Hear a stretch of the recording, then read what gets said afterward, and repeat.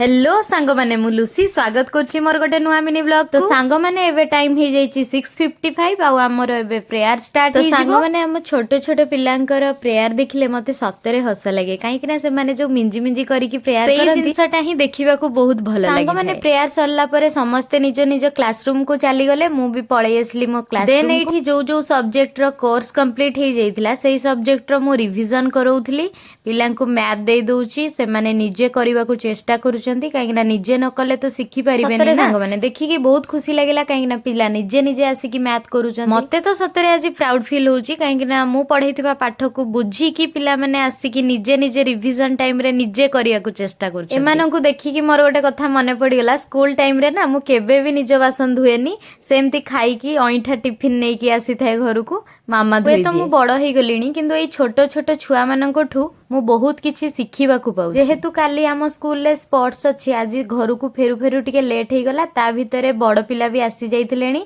चलंतु तांको सहित टिके मीट करबा हाय।